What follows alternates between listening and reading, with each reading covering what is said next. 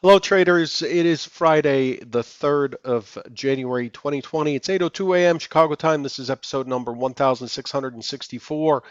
Derivatives trading involves substantial risk of loss and is not suitable for all investors. Past performance is not necessarily indicative of future results. As you probably have already noticed, the market is a bit of a tizzy. Risk-off sentiment prevails. The equities are off about 1% across the board. The DAX is down 1.39%. The Nasdaq's down 1%. Russell 1%. The S&P 0.92% or 30 points, and the Dow down 0.84%. Eurostoxx down 0.79%. The leaders, of course, are the usual suspects in a situation where a major war is about to start, potentially as the market prices in insecurity. The U.S., in case you haven't heard, the U.S. had initiated an attack on what they called initially a Hezbollah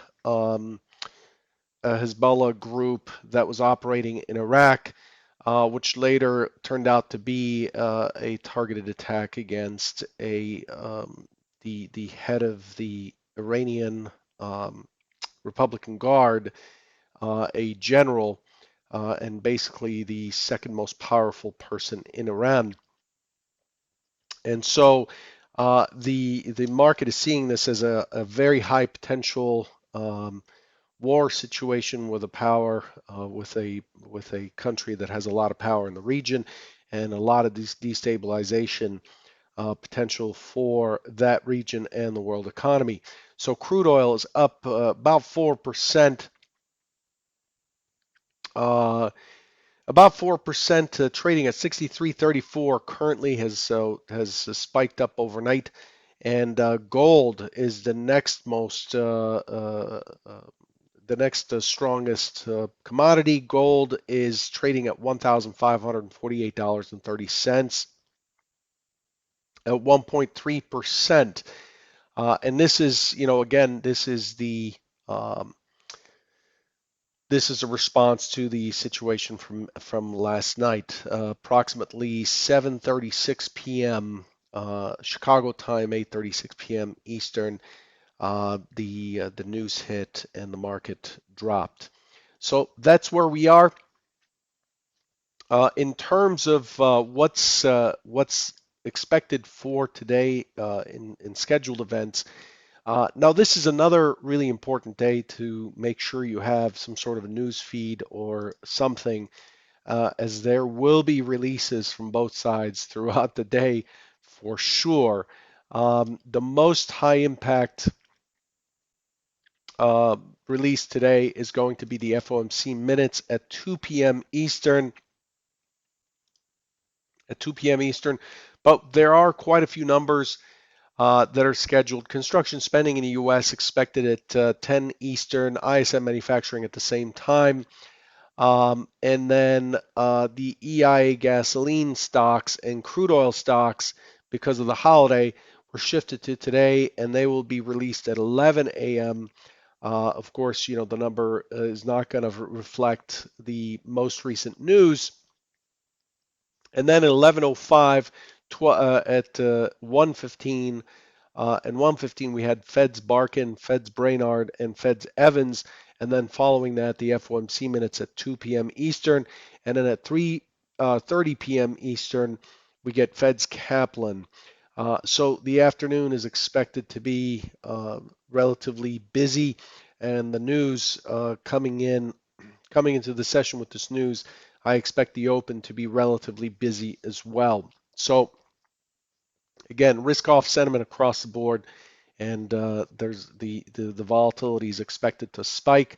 There may be a lot of opportunity, but remember, just as always, with strong volatility comes a lot of risk as well as the potential for reward. So with us being traders, we have to mind our risk and make sure that we have a risk plan or at least a stop size that is commensurate with the volatility. Otherwise, uh, we're all going to find that we're getting chopped out of trades because we're using 2.5 points of risk in the ES when the current rotations have expanded to say 5 points. And so just make that adjustment today, or just wait for things to calm down, which is better advice. I would sit out probably the first half hour. There's likely to be a lot of OTF participation on the open. So, pay particular attention to the order flow if you do watch order flow, and make sure you keep in mind the bigger picture. This is actually the kind of day where you want to keep that bigger time frame really in focus. I prefer to use a 15 minute with glimpses into a 120-minute here and there, just to keep me in touch with the bigger picture. Okay, so that's where we stand. Uh, let's take a look at what was expected yesterday versus what we got. Here's what I went over with you yesterday. The expectation yesterday is most likely for a slight reversion back to fill a portion of the gap, and then an impulse up that takes out the overnight high, and then I expected it to get tangled at the 57 and 60 and potentially push through there to start walking its way back up to 70. And it did get to the 57, and then it stopped at the 60 yesterday, but not before executing scenario two. Scenario two here uh, looked for a rotation down into the 43, 44. We'll look at that in a minute. Expected it to consolidate there for a little bit and then release down to 37, consolidate for a bit, and then bounce off of the prior day's high, which was 35 and a quarter. So I expected it to get down into the 34 half area or so.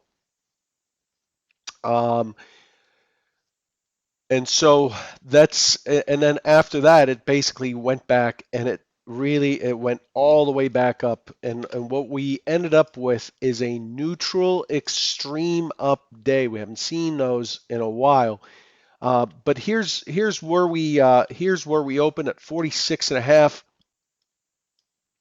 We tested up, so we have what looks like scenario two. We tested up, and then we became responsive and went back right to the prior day's high right here. We put in a low at 35.50 with the prior high at 35 and a quarter, and so we missed that by a tick. We had an impulse down, pull back to mid, beautiful setup right here. I've talked about this quite a bit. And then target the last low, pushes the last low to extend the range, to extend the initial balance down just slightly, and into the prior day's high before it comes back to the mid, pulls back to the mid of the swing up, and then starts to walk itself back. If you were in the Convergent chat, you might recall me saying, "Hey, with this higher low, we're likely to push all the way back up and to the upper distribution." So we had two distributions through most of the session, and then the expectation is as it clears the developing low volume node, it's likely to go back up to the upper distribution and consolidate there. And then the next thing that happens. And what happened is it ended up taking the IB high out.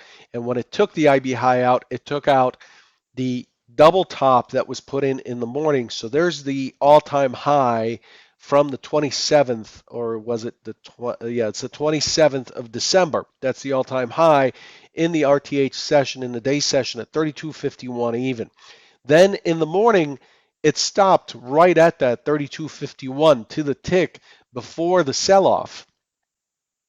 And so what we have is a double top here.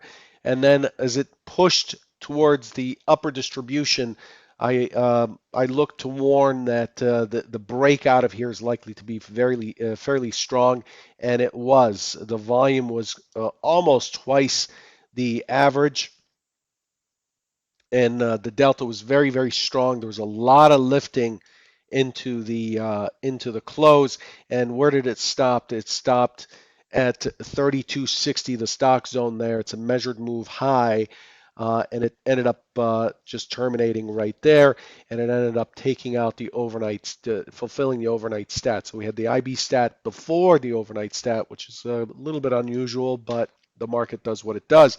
Today, we are trading down here. What's down here? Oh boy, it is that big MC point of control that I talked about yesterday. That number sits at 32.2625. We're trading at 32.27. So despite the big sell-off, the market actually dropped to 32.06 for a range overnight of about 57 points in the S&P. Very unusual, a little bit greater than 2 sigma in terms of overnight range, and it pushed to 32.06 and took quite a bounce, and came all the way back to where we are now, 32.27, which is balanced. Now let me scrunch this a little bit to show you what I'm talking about in terms of balance. So here's the profile. I'm going to color this just a little bit to make it a little more prominent.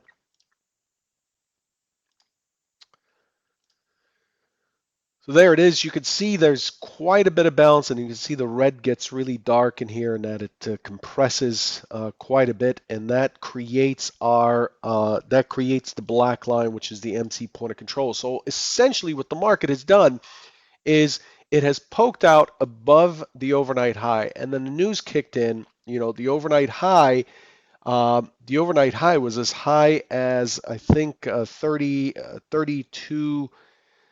The overnight high is 3263 and a half. So it went beyond the 3260 high that it put in, and then it turned all the way down and it went to 3206. Then it came back, consolidated quite a bit in this area, and that there's no surprise that it's consolidating here. This is balance. So what we've tested is above balance right here, and then we've tested below balance right here to the overnight low. And where did we end up? We ended up very methodically at the MC point of control. This is how it's expected to work. And so, why is this important? Why am I spending so much time on this? It's to say, yeah, we did sell off, and it is probably very exciting, a change from the grind up or whatever. But what is the context here? What is the context here of what it has accomplished overall? It has accomplished very little in terms of shifting balance. What it has accomplished is it tested extremes and has come back to the middle, and it is accepting right there. You see in it trade right on top of 32.26 and a quarter. It is back to the most accepted price in the region. So as we come in here, we're not going to be the ones that sit there and go sell, sell, sell, sell, sell on the open because, hey, we're selling off. There's a gap down. We've got to keep selling. This is terrible news. There's a war happening. Iran's got nukes or whatever.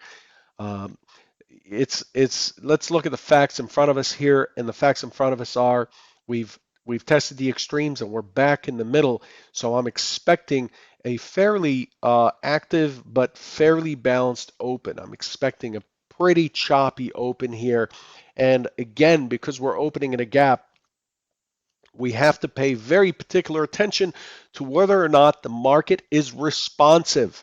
Okay, so what does that mean? Is the market likely to respond to the most recent auction? And there's the most recent auction. There's the bulk of it right here as expressed. This isn't really a value area because it's a double distribution profile, but the market accepted this lower distribution and this upper distribution most recently. Does it come back to this chop around and poke in which case we would be targeting 32.44 again, 43.44, and then potentially the upper distribution point of control at 32.49, 32.50, or does it open up, tests upwards? Everybody who got short term is now covering, so they're buyers, and potentially people who are looking to buy the market now step in and then it squeezes and it doesn't fill the gap and it starts to move away. That's called initiative selling. In other words, we're moving away from the most recent balance and the MC point of control. And if that's the case, then we're looking at 31.99 as the key, the next key magnet or the next key balance area, and that's 27 points from here. In either case, um, look, it's futures trading, it's leverage, it's not suitable for everybody. And days like today, we have to expand our stops, and so that means this is why the micros have been very important to me since 2012, and I've been pushing for them. This means that now those of you who have followed the three-lot plan on the micros that I discussed on Futures IO and Convergent and so on, now you're really forced to cut that down potentially to two or even one, and expand your stop. Hopefully you can cut it down to two. You have the equity to cut it down to two, and expand your stop, so that the overall risk size for your account remains somewhat similar. Okay, it's a lot to cover, I know, but there's a lot going on here. As I said, this was the plan yesterday, and what we got is scenario two first, almost to the tick, and then we got scenario one later. Okay, so that's where we are. Let's take a look at the order flow for a minute on ctbookmap.pro. On the order flow, I'm going to show you where the news hit last night. This is where the news hit right here. So you can see at 7 o'clock, the order flow doesn't lie, right? At 7 o'clock, we get this strange wall of offers and bids that kicks in, and it kicks in almost every night, but the volume, the volume doesn't kick up until right here. And so the scene of the crime is 3259.50 on that news. And then from there, you can see that the volume just kept growing and growing and growing. You see how the volume just kept growing and growing from that point forward, volume increasing, and it's just hammering through these liquidity areas. It finally stabilized the point of control. This is the line for the point of control for this session. You can see the point of control shifting dramatically because there's a lot of volume occurring at these prices, causing the shift. Uh, and then it stabilizes for a little bit, so we get this breather. So we have the impulse consolidation, and then we expect the continuation trade, and then it finally gets into that 32.26 area. So it consolidates. You can see that, hey, this is a pretty important area here, 32.26, 27, and it pushes through and it finally gets its continuation, this kind of last burp, or fart, because it's down, but it gets its last kind of gas out, and then it starts to look like it's stabilizing, and that's brings us to where we are now. We covered a lot of range overnight. And the book is quite busy, quite stacked this morning. From about 6:30 onwards, you can see there's a wall of offers and bids that came in pretty heavy. So I expect that the open is likely to be quite busy. Okay, let's get to today because it's really taken a long time here to get through, but there's a lot going on today. Let's get to today. In our current session, the expectation for this session is, so here we are against the MC point of control. I'm expecting a wide swings on the open. I'm expecting responsive buying, a push into 31, potentially 35, 36, and then I'm looking for it to try to poke, and I'm looking for that to get rejected, and the market is likely to move back into balance and remain here. So I'm looking for mostly responsive buying into today's open, and I'm looking for it to push back to attempt to push back into yesterday's range. It could go as high as this 39 area, and then I'm looking for it to get rejected and consolidate. Why? The reason I'm looking for it to get rejected and consolidate versus earlier in the week, let's say if this was Monday or Tuesday, the market is likely to do what it's done for the last year, which is to kind of fade all expectations, just push back up, get back into the range, and maybe even make new highs above yesterday. Here's the problem: is the day of the week. The day of the week is Friday. We're heading into Friday, into the weekend when the markets are closed, with a significant risk ahead of us, right? So those who are responsible and have a fiduciary duty to manage other people's money are not going to want to put risk on dramatically into a weekend trade, knowing what we already know. And so I expect that it's likely to hug and hold on to this balance. This is kind of a safe zone for now. The secondary scenario, you guessed it, is an attempt higher and then it pushes immediately down. The next key area will be 18 and a half, the naked point of control. This is a very clean, clear value trade here, and then consolidate for a little bit before it lets go. And once it lets go, I'm looking for it to take out this 675, the overnight low, consolidate here and move into 99. And if it does not hold the 99, we've got some big, big levels beneath that it's likely to fill in. There are a lot of gap zones underneath there that might be filled in. But my expectation is it's likely to kind of hold steady and bounce back up into the close. Also, we have the FOMC meeting minutes at 2 o'clock Eastern, so that may come into play. So this morning, the key thing is to wait and see which side actually gains ground, which side is able to control the auction. Does it respond back and go up into the prior day's range, or at least towards it, or is it just sell, sell, sell, sell, sell into the weekend? Accounting for this war stuff going on. So that's what we're looking at. Good luck today. Mind your risk, please. We want to see you here tomorrow. If you don't mind your risk, you will not be able to continue. Good luck.